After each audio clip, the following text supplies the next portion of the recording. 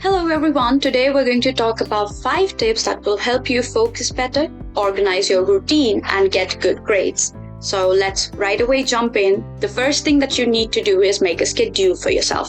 Write down the important dates of your exams, assignments and prioritize them accordingly. The second thing that you need to know is know your goal for the day or a week. Write down the topics that you need to cover and then study accordingly. The next is a very important thing, which is read your textbook for better vocabulary and sentence formation. The next thing is that you can use flashcards to study anywhere, like revise anywhere that you want to.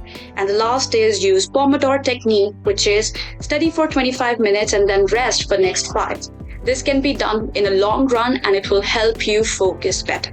So I hope these techniques help you and all the best.